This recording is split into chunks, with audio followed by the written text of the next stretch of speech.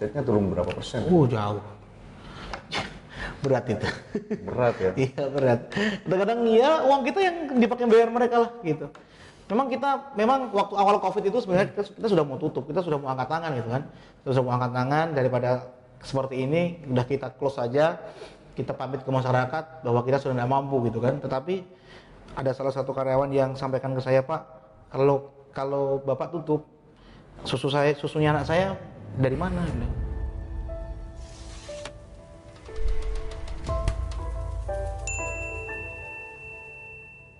Hari ini saya bersama Om Pais. Iya.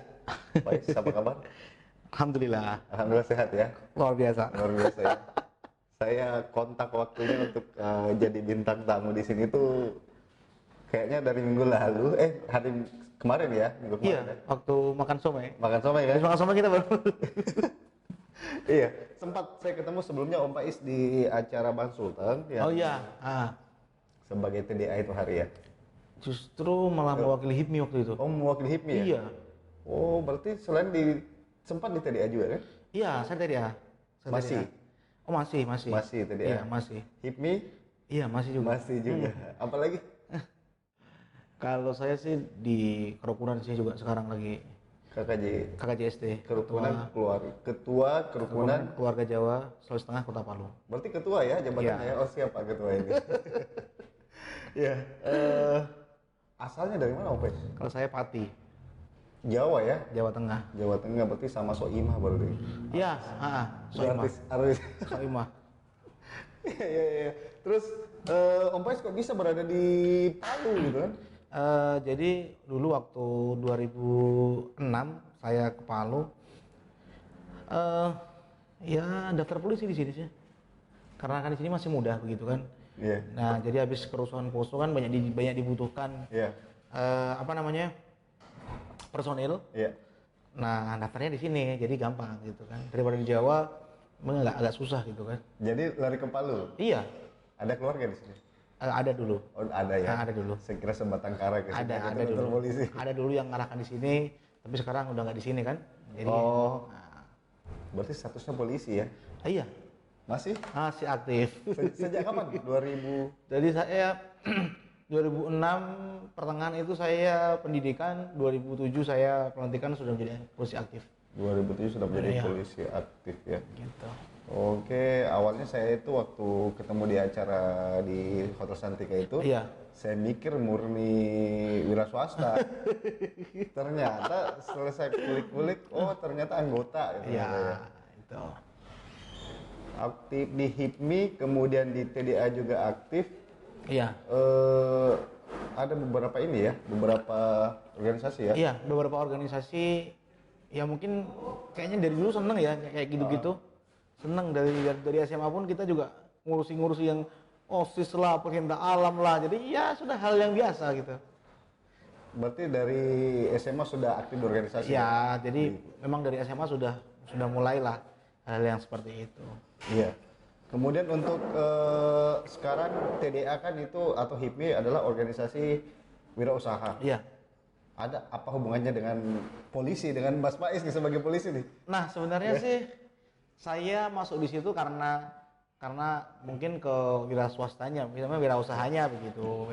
Memang saya polisi aktif, tetapi kan saya punya bisnis yang harus dikembangkan terus, gitu kan. Jadi makanya di mana sih sebenarnya tempat untuk mencari ilmu, di mana sih tempat untuk mencari link? Nah itu tempatnya. Nah seperti itu. Berarti sebagai wira swasta juga sekarang ya, usaha apa Mas Pais yang digeluti sekarang? Masih di perayaman. Dunia ayam ya? Di dunia ayam. Ayam positif ya? Bukan ayam negatif ya, ayam positif ya? Iya. Jadi memang sejak tahun 2010 juga tetap kita masih fokus tentang ayam gitu kan, di kuliner. Sampai sekarang pun juga masih bergelut di bidang itu. Dari 2010 ya? 2010. Usaha boleh tahu nama usahanya apa Mas? Nama usahanya brandnya adalah Raja Penyet Mas Faiz. Raja Penyet Mas Faiz. Ya, bisa di order lewat bisa di by online juga di Grab, Gojek, ada semua. Ada semua ya. Jadi dari 2010 usaha itu ya. Iya, 2010. Berarti sekarang udah berjalan berapa tahun ya? 10 tahun. 10 tahun ya. Awal mula buat usaha itu gimana? Awal mula apa ya? Ya sebenarnya ya kita kan tiap hari sebenarnya kan kita makan tahu tempe, makan ayam goreng gitu Iya, kan. tiap hari. Makanya dulu saya di sini sama adik saya, kita berdua ya waktu juga nggak terlalu amat sibuk amat juga. Iya. Makanya kita cobalah buat itu gitu. Buat kalau di sini bilang Mas Joko gitu kan. Saya di laut. Mas Joko di mana-mana tuh. Mas Joko. Nah, gitu, Mas Joko. Makanya sudah kita buat karena Mas Joko itu adalah sebenarnya hal yang sangat mudah begitu. Ungkep ayam, setelah itu jadi digoreng, bikin sambal, nasi sudah selesai. Simple ya. Simple. Nah, itu. Untuk memulai kan mungkin berat ya awalnya ya. Atau sebenarnya sih memang berat, Iya. tapi kan kalau kita nikmati dan kita enjoy ya juga nggak ya. masalah. Iya. Modal awal saat itu? Kalau nggak salah waktu itu berapa ya? Mungkin sekitar 500.000 kalau nggak salah. 500.000 bisa jadi modal untuk sebuah masih di rumah, usaha rumah di rumah. Kebetulan ada teman yang apa ya, memberikan tempat gratis sama saya. Tapi memang kadang-kadang kalau kita mau buka usaha memang kendala kita di tempat. Betul. Tempat. Mau cari tempat yang pinggir jalan apa semua. Nah, waktu itu ya saya bilang sama teman saya mau buka warung gitu kan. Ya akhirnya beliau memberikan lokasi rumahnya ya, rumah tua yang nggak dipakai. Akhirnya kita benahi, kita cat lagi, kita rapikan, bisa juga pakai jualan. Sampai sekarang masih di tempat yang sama? Oh enggak, sudah ya. Ya. Kita sudah 2013 itu sudah pindah dari situ. Udah tempat sendiri kali? Sekarang ya tempat sendiri. Tempat sendiri alhamdulillah ya. Berarti bisa ketahuan dong progres dari 2010 ke 2013. Itu lumayan untung ya? Iya, jadi lumayan sih. Jadi waktu itu selain juga rumah makan, selain warung, di sebelahnya itu ada garasi yang sudah rusak, kita perbaiki jadi laundry. Karena itu betul-betul kebutuhan saya gitu kan, makan dan laundry, itu sudah selesai. Kebutuhan sehari-hari? Kebutuhan memang. Makan dan laundry? Laundry. Berarti buka usaha laundry lagi tuh, ekspansi lagi? Kita kemarin buka waktu itu. Waktu itu buka laundry? Iya, waktu itu buka laundry. Tapi karena ilmu laundrynya saya tidak perdalam lagi karena saya fokus di kuliner, akhirnya ya udah laundrynya kita cut aja lah. Itu tetap kembali fokus ke Iya. ayam ya? Iya, tapi kadang-kadang sekarang pun gemes gitu kan. Laundry sebenarnya kemarin itu juga maksudnya kita apa ya, HPP-nya itu sangat rendah gitu kan. Jadi cuma ada tukang cuci terus sabun, lainnya kan jasa kan. Iya. Jadi enak gitu. Belanjanya pun bisa jadi sebulan sekali. Nggak kayak kalau di kuliner kan nggak bisa kita seperti itu. Mau beli lombok, mau beli tomat itu kan harus harian. Nah, paling kita bisa rapel itu 2 hari sekali, itu pun jarang sebenarnya, setiap hari. Tapi kalau laundry misalnya kita awal kita buka, kita nyetok untuk sebulan gitu kan. Jadi kalau bisa order lagi enak. Nah, di itu ada plus minusnya. Ada plus minusnya. Tapi akhirnya ditutup juga ya kalau yang laundry ya. Akhirnya waktu itu kita tutup. Kita berjalan sekitar setahun sih. Itu pun progresnya sebenarnya bagus. Ada beberapa kita mitra, ada beberapa hotel-hotel kecil kan mereka nggak punya tempat untuk laundry. Jadi kita tawarkan ke mereka paketnya per paket per kamar itu sekitar 10 ribuan. Spray 1, terus bantal guling. 2. Iya, enak juga sebenarnya. Tapi waktu itu gitu kan. Tapi kalau mau diulangi lagi boleh lah, ayo. Cari partnernya atau cari Jadi gitu. Jadi sebenarnya sih enjoy ya maksudnya. Kalau mau dinikmati, teman kadang-kadang kebanyakan orang yang mau memulai itu susah, mikirnya itu berat gitu kan. Susah, berat. Oh, apa yang harus dilakukan, apa yang harus sudah gitu. Teman kadang-kadang ya itu kadang-kadang saya tuh kayak menggampangkan kadang-kadang itu loh. Dibuat gampang ya. Iya. Dimulai aja saja dulu kali ya atau Iya, dimulai saja dulu. Jadi pengalaman-pengalaman ya seperti itu. Nah dulu juga pernah saya buat somai sekali buka itu 10 gerobak. 10 gerobak Iya. langsung ya? Karena saking gampangkannya itu, jadi seperti itu. 10 gerobak. Modal juga ada mungkin. Ya enggak juga sih, banyak juga yang ini maksudnya ya karena kita melihatnya harus dicoba gitu kan. Ya, berarti coba ekspansi ya. Tapi ayam tetap jalan Iya, saat itu iya. ya. Jadi Ayam tetap jalan. laundry, Laundry udah tutup waktu terus itu. buka lagi somai langsung 10 gerobak. Somai itu sebulan kita langsung 2 bulan itu sebelum gempa itu. Sebelum gempa. Langsung 10 gerobak. Itu bertahan berapa lama somainya? Sampai sebelum gempa. Sampai gempa, iya. Sampai gempa terhenti ya. Hmm. Iya, sampai gempa berarti bisa dibilang laundrynya yang di stop ya, laundry di stop, kemudian Laundry udah lama, 2013-an itu sudah stop ya. Kemudian sebelum gempa buka lagi somai itu. Somai itu bertahan sampai sebelum gempa. Setelah itu kenapa nggak lanjut lagi? sebenarnya sih kalau untuk somai sih tipis untungnya. Tipis ya. Iya, itu bisa kita untung kalau kita membuatnya itu banyak. Kan udah 10 gerobak. Masih belum, Mas. Masih kurang. Nah, masih kurang. Jadi memang kalau saya lihat sekarang yang penjual sekarang ini karena mereka pagi mereka giling sendiri bakso, ya kan? Terus setelah mereka giling mereka buat sendiri. Nah, itu tenaganya sebenarnya sih. Butuh proses panjang. Iya, proses panjang. Dan itu mereka yang membuat sendiri. Nah, kalau kemarin saya pakai vendor. Karena somai satu itu kan dijualnya kan harganya 1000-an. Nah, dari vendor itu itu paling enak ya. Itu pun nggak enak sekali. Itu di angka Rp750. Berarti selisihnya 2,5. Belum tusuknya, belum sambelnya, tusuk, sambal, ya, tisu, modal tenaga dan sebagainya. ya, belum per itu untungnya dikit banget dong. Ya, per dikit.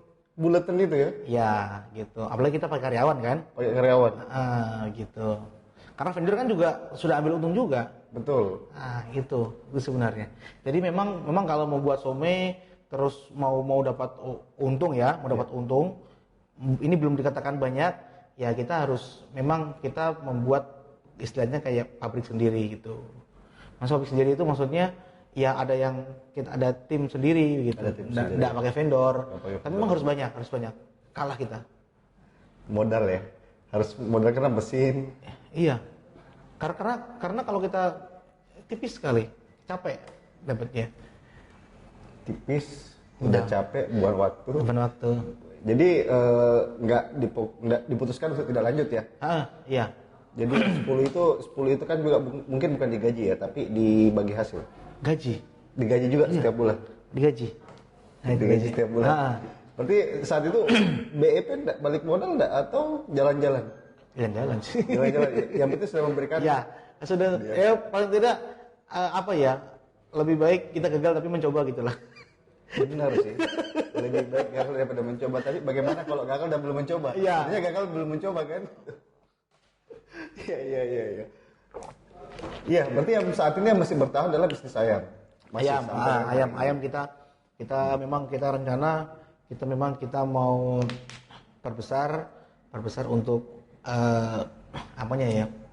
value-nya sebenarnya sih. Kita perbesar value-nya, terus kita merambah ke untuk catering, terus kita sebenarnya korporasi ke perusahaan-perusahaan, jadi seperti itu. Kan saat ini kalau dibilang yang franchise ayam kan banyak banget. Iya, banyak banget ya. Jangan kan franchise, yang lokal aja yang usaha-usaha mandiri itu banyak. Nah, bagaimana agar bisa bertahan, Mas Faiz? Apakah ada trik khusus atau apa pembedanya dari usaha lain? Iya.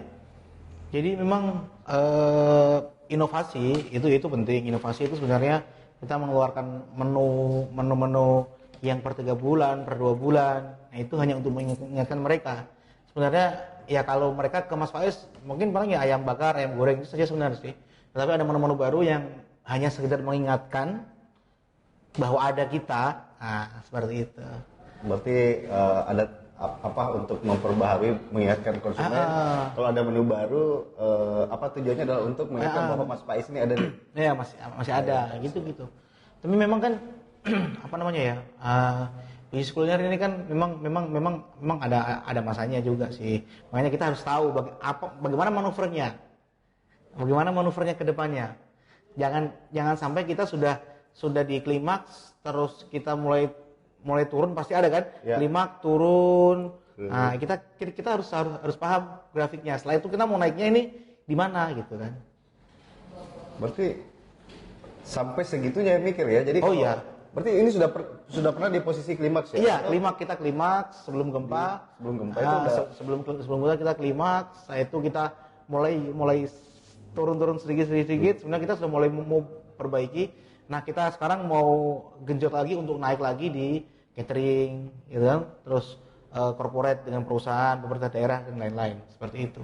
Berarti memperluas pasar ya? Iya. Jadi dulunya mungkin hanya betul-betul pasar pasarnya dalam masyarakat. Iya.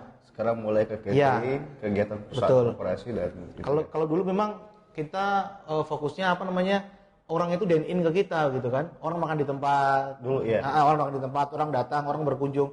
Tetapi kan perilaku sekarang pun juga berbeda. Perilaku sudah berbeda. Betul. Jadi harus ya itulah, makanya belajar kan di TDA itu ada. Seperti itu. TDA ada. Di HIPMI juga kalau ada. HIPMI juga linknya kita banyak. Kalau HIPMI link, kalau TDA itu belajar. Iya, saya sempat sih Mas sama Dempaki itu saya. Oh iya. Saya ikuti juga apalagi pesta wirausaha TDA yang di Kemayoran tahun Jakarta. 2013. Aduh, justru kita malu belum ada. Iya, tapi saya ngikutin. Saya rela-relain terbang dari Manado ke Jakarta mau lihat itu. Oh, dari Manado. Dulu tahunnya di Manado berarti? Iya, saya tanya itu TDA ada di Manado dulu. Jadi sama Chris ya? Udah lupa Mas, saya sudah lupa. Cuman saya belum anggota TDA kan. Oh iya. Saya karena nggak ada usaha, saya masih status pekerja. Saya penasaran, jadi saya terbang ke Jakarta. Saat itu pembicaranya ada Pak JK, Pak Sandiaga Uno. Waktu itu ya? Iya. Pak Yusuf Mansur. Saya sempat foto bareng sih, masih ada foto-foto saya sama mereka. Dari situ saya beli franchise saat itu travel. Oke. Travel, jadi karena saya iseng kan, Iya. saya udah, tapi nggak jalan juga ya itu. Iya. Nggak jalan itu. Gitulah, memang asik sih. Tapi suka dukanya Mas buka usaha sekarang? Banyak dukanya sekarang. Sekarang ya? Banyak dukanya ya? Tapi sebenarnya kan kita kembali ke mental lagi kan. Yeah. Kalau kita melihatnya itu sebagai sebuah masalah yang besar ya akan besar. Tetapi kalau kita melihatnya itu sebuah masalah yang kecil, ya pasti akan menjadi kecil. Ini ilmu apa nih Mas? Kayaknya suatu ilmu nih kayaknya dibagi nih. Jadi seperti itu. Jadi ke sudut pandang kita, cara pandangnya kita sebenarnya sih. Cara pandang saja. Jadi sebenarnya buktinya juga kita masih enjoy saja kan. Masih juga walaupun ya maksudnya ya kalaupun disuruh mungkin gantian dengan teman-teman yang bilangnya pengusaha enak ya, ayo gantian satu hari. Lah belum tentu kan. Jadi seperti itu. Kalau sukanya ya kita bisa ke anak-anak gitu kan, ke karyawan, itu sukanya seperti itu sih, senang gitu kan, dengan mereka hari-harinya kita itu lebih, kalau bilang orang berwarna sih dengan karyawan ya? Maksudnya kan kalau dulu kan waktu awal sebenarnya kan hanya kebutuhan saya sendiri pribadi, tetapi ternyata ketika mereka itu berterima kasih terus mendapat gaji, mereka WA sama kita, ya kan, Pak terima kasih ya Pak sudah bisa bayar angsuran motor. Ternyata mereka itu senang gitu kan, makasih ya Pak saya bisa bayar kuliah, gitu kan. Nah, yang kemarin lagi ada anak-anak cerita kan dia kan mereka ada yang mau keluar gitu kan, ada yang mau keluar kerja, ternyata nggak jadi gitu kan, jadi terus justru malah dia dimarah sama ibunya gitu kan. Ternyata masalahnya kamu bisa kuliah mau hampir selesai, nah itu kerja sama Mas Faiz begitu kan. Jangan sampai pas kamu keluar kerja karena selesai kuliah. Iya, dari situ terus kamu sudah maksudnya nggak bisa menyelesaikan lagi gitu. Karena kan nggak ada tempat yang sama gitu kan. Kalau sudah nyaman kenapa harus pergi begitu. Sampai orang tuanya sampaikan ke anak itu ya. Begitu. Akhirnya dia nggak jadi kan. Sebenarnya dia mau keluar karena dia mau fokus sebenarnya mau mengerjakan tugas akhirnya itu kan. Tapi kan sebenarnya saya sendiri pun juga santai gitu kan. Maksudnya sambil kuliah juga bisa, sambil mengerjakan tugas di situ juga oke. Kan nggak masalah. Yang penting kan kerjaannya beres. Betul. Jadi seperti itu. Nikmatnya di situ iya. menghidupi sebenarnya itu sih orang lain ya. Iya, sudah bukan diri kita sendiri begitu. Sudah bukan diri sendiri. Kalaupun kita bisa beli motor, kita bisa berangkat umroh, kita bisa berangkat haji. Iya. Itu sebenarnya hanya ya bonusnya kita begitu. Bukan itu tujuan utama gitu kan. Bonus sebenarnya. Lebih nikmat melihat orang lain. Iya, maksudnya bisa makan. Iya, sudah maksudnya ya begitulah. Sampai urusannya mereka kadang-kadang kita urusi begitu loh. Iya. Ya, kenapa kamu gak kerja? Otomatis kan saya harus tahu kan ke dalamnya. Iya Pak, saya sudah nggak ada motor karena motor sudah ditarik Pak, seperti ini. Oh gitu. Jadi ya. Mau tidak mau bantu kan? Iya. Mau tidak mau kita juga. Oh ya oke, kalau begitu kita cari solusinya. Iya. Karena kita ini kan sebenarnya ya tempat solusi saja, mencari solusi saja. Nah gitu. Cari solusi. Lewatnya kerja di warung gitu kan, sudah. Iya, mencari solusi kerja lewat di warung. Ya, itu saja. Saat ini ada berapa karyawan? Sekarang tinggal 12-an kayaknya. Sebelumnya? Kita sampai di 80 Mas. Pernah di 80 karyawan? Ya, 80 karyawan. 80 karyawan di kita kan 5 cabang dulu. Dulu 5 cabang ya? 5 cabang. Sebelum gempa kita kan 5 cabang. Sebelum gempa 5 cabang. 5 cabang. Karena gempa itulah maka ada perampingan. Setelah gempa memang mulai cara perilakunya orang itu pun berubah. Cara perilakunya orang pun berubah. Iya. Oh, setelah gempa perilaku orang sudah berubah ya? Iya, berubah. Daya konsumen, daya beli juga sudah turun. Sudah berubah. Terus banyak juga tumbuh resto-resto baru yang mereka membuat penawaran yang bagus juga. Dan itu sih wajar gitu kan, karena orang melihatnya kuliner itu kan makanan sehari-hari. Betul. Sampai kapanpun orang akan ke kuliner, tetapi mereka mungkin ada yang belum lihat bahwa ini ada masanya begitu. Suatu saat ada yang datang lagi baru yang besar, datang lagi ombak lagi, ya gitu. Cuman kita harus tahu kita manuvernya di mana begitu. Cuman kan memang waktu sebelum gempa juga kita sudah sebenarnya kita persiapan kita untuk membangun bisnis yang besar gitu kan. Kita mau buat perumahan, tetapi akhirnya kena likuifaksi, hilang tanahnya. Oh, sempat membuat perumahan ya? Untuk rumah karyawan? Enggak, sebenarnya untuk kita gitu kan. Properti itu. Tapi kan kita sudah punya pasar sendiri, karyawan kan bisa beli itu. Betul. Jadi nggak perlu sisa potong gaji setiap bulan berapa. Kan kita bisa kerjasama dengan bank lagi kan. Betul. Seperti itu. Itu planning kemarin sebelum planningnya seperti itu. Tapi Tuhan berkata lain. Iya. Gempa, terus kita sudah mulai bangkit sedikit. Nah akhirnya COVID lagi, tambah kita lebih parah lagi. Tapi dulu sebelum gempa itu omset tertinggi berapa Mas? Waduh, banyak ya. Gak apa-apa di share ya ini ya. Banyak lah. Kalau omset itu kalau dulu satu outlet itu ya ada yang 200 gitu kan. Per bulan ya lumayan lah. 200-an gitu. Per outlet kan? Per outlet ya. Kali 5 outlet berarti ya nggak usah sebut lah, kali aja lah ya. Ya karena kan makanya wajar kan sampai 80-an orang kan tim gitu kan. Iya. Itu belum terhitung ada beberapa orang yang kita karyakan di rumah. Misalnya kayak lipat dos, kupas bawang. Ada lagi? Iya. Khusus untuk yang mengerjakan bahan baku mungkin ya? Iya. Jadi seperti itu. Jadi sebenarnya ketika kita lihat ekonomi ini bagus, sebenarnya banyak sih yang bisa, kalau kita memang diberikan Allah kepercayaan lagi, ya insya Allah bisa lah kita memberikan juga penghasilan walaupun orang-orang di rumah mereka bisa kita karyakan semuanya. Tetangga-tetangga suruh kupas bawang, tetangga-tetangga suruh lipat dos, suruh masukkan tisu di dalam plastik. Ketika ada pesan nasi dos kita cepat sudah kan. Jadi orang-orang di outlet itu mereka sudah ready gitu. Yang bikin peyek sendiri, yang bikin kerupuk orang luar sendiri, di luar semuanya datang ke situ. ini kemarin ada manajer ya? Sekarang sudah kita sudah, saya pegang sendiri. Karena sisa berapa? Sisa satu cabang atau? Sisa satu cabang. Sisa satu cabang ya, berarti 12 orang satu cabang. Setelah COVID itu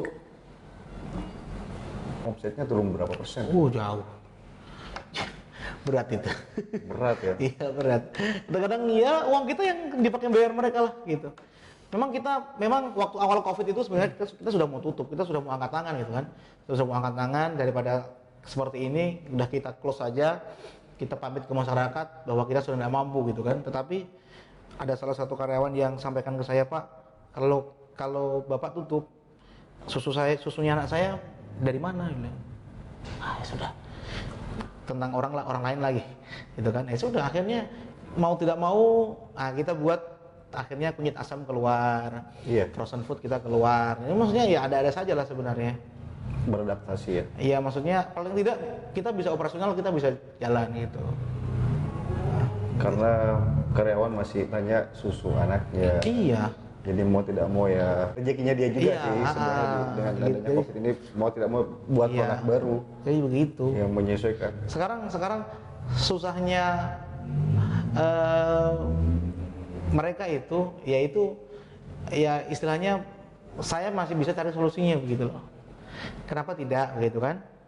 Ya kalau saya yang insya Allah kita sudah punya mental yang mungkin diberikan Allah kelebihan ya ini bukan masalah begitu kan. Kalau saya dengan istri anak ya kita sudah siap sebenarnya. Kalaupun kita mau tinggal di kos gitu ya kan kita juga dari kos dulu kan seperti itu. Itu udah siap ya? Sudah siap. Ya? Jadi tidak masalah gitu kan. Nah, jadi no problem lah. Sudah di mental itu sudah kuat insya Allah. Berarti tangguh banget ya. Jadi alhamdulillah ya. Karena saya lihat juga sih dari raut mukanya Mas. Kayaknya nggak pernah ada susahnya di Mas Faiz. Jadi enjoy terus. Jadi seperti itu. Mudah-mudahan lah enjoy terus. Iya. Dulu mungkin ya sebelum gempa antara gaji sebagai anggota dengan penghasilan sebagai wira swasta mungkin jauh. Oh ya, jauh sekali. Jauh sekali. Dan tidak memutuskan untuk resign, untuk berhenti. Enggak sih, kalau hanya untuk berbisnis sebenarnya kecuali kalau saya orang yang tidak bisa mengatur waktu mungkin saya minta resign, tapi masih bisa. Bisa, tetapi kalau maksudnya kan atur waktu kan kita ini kan gampang gitu kan. Iya. Dan memang kembali lagi ke geliat ekonomi, kalau geliat ekonomi bagus, pasar bisa menyerap banyak, kita bisa merekrut orang lebih bagus, banyak lagi, gitu. Tujuannya kembali adalah bagaimana mempekerjakan banyak orang. Jadi mulia sekali. Iya. Semoga dimudahkan. Makanya kayak manajer begitu kan, sebenarnya saya kan sudah pernah rekrut levelnya manajer gitu kan. Kita bajak ke perusahaan-perusahaan besar juga. Jadi mental itu sudah ada gitu. Jadi ya tinggal kita ulangi lagi nanti berikutnya. Ya.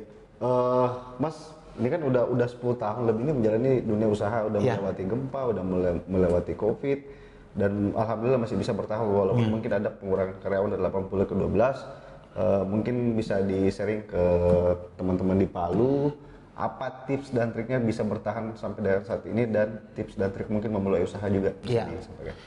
Jadi untuk teman-teman yang baru startup gitu kan, teman-teman UKM, yang pertama adalah memang fokus. Ya walaupun ada yang misalnya pegawai gitu kan, ya harusnya memang fokus juga gitu kan. Lebih baik menjadi pengusaha, lebih baik menjadi seorang pegawai negeri ASN, karyawan swasta yang fokus daripada menjadi entrepreneur atau pengusaha yang tidak fokus. Endingnya pasti akan beda gitu kan. Nah, jadi seperti itu. Dan sebenarnya kalau kita fokus misalnya pegawai, misalnya kita bisa saving 1 bulan misalnya 1 atau 2 juta, terus kita bisa kita pintar melihat dan jeli melihat peluang investasi, ya nanti juga di ujungnya juga kita bisa menjadi investor kan, karena kan tingkatan politik sebenarnya kan investor gitu. Iya. Entah kita buat kos-kosan, buat guest house, itu sangat luar biasa gitu. Terus juga kalau pengalaman saya memang kalau teman-teman yang sudah mulai punya produk, terus mulai punya karya, nah itu memang punya kualitas dulu sebelum quantity. Kualitas sebelum quantity, fokus ke kualitas ya. Jadi perbagus kualitas dulu, setelah itu baru perbanyak. Nah, seperti itu. Supaya memang kuat, fundamentalnya itu kuat. Berarti berfokus pada kualitas ya. Iya. Ya, Mas Faiz, saya terima kasih. Siap. Sudah mau sharing. Jadi AMR Podcast ini hadir adalah untuk menghadirkan atau memberikan ruang kepada siapa saja yang bisa menginspirasi orang lain, khususnya di Kota Palu dan Sulawesi Tengah. Makanya saya akan terus menghadirkan narasumber-narasumber yang bisa menjadi inspiring agar banyak orang yang buka usaha, banyak lapangan kerja, dengan ekonomi bisa lebih baik ke depan. Siap. Teman-teman, jika ini bermanfaat, silahkan atau boleh juga buat di komentar, buat komen di bawah siapa sih yang pengen jadi tamu AMR Podcast selanjutnya. Nah, jika memang konten ini bermanfaat buat teman-teman, silahkan minta tolong di sharing. Siap. Mungkin Mas Faiz juga yang Instagramnya 10.000 followers, bisa dibantu sharing, jangan lupa like, dan yang terakhir adalah lonceng, subscribe, jangan lupa. Dan saya akan kembali dengan narasumber yang menginspirasi teman-teman semua. Terima kasih dan sampai jumpa.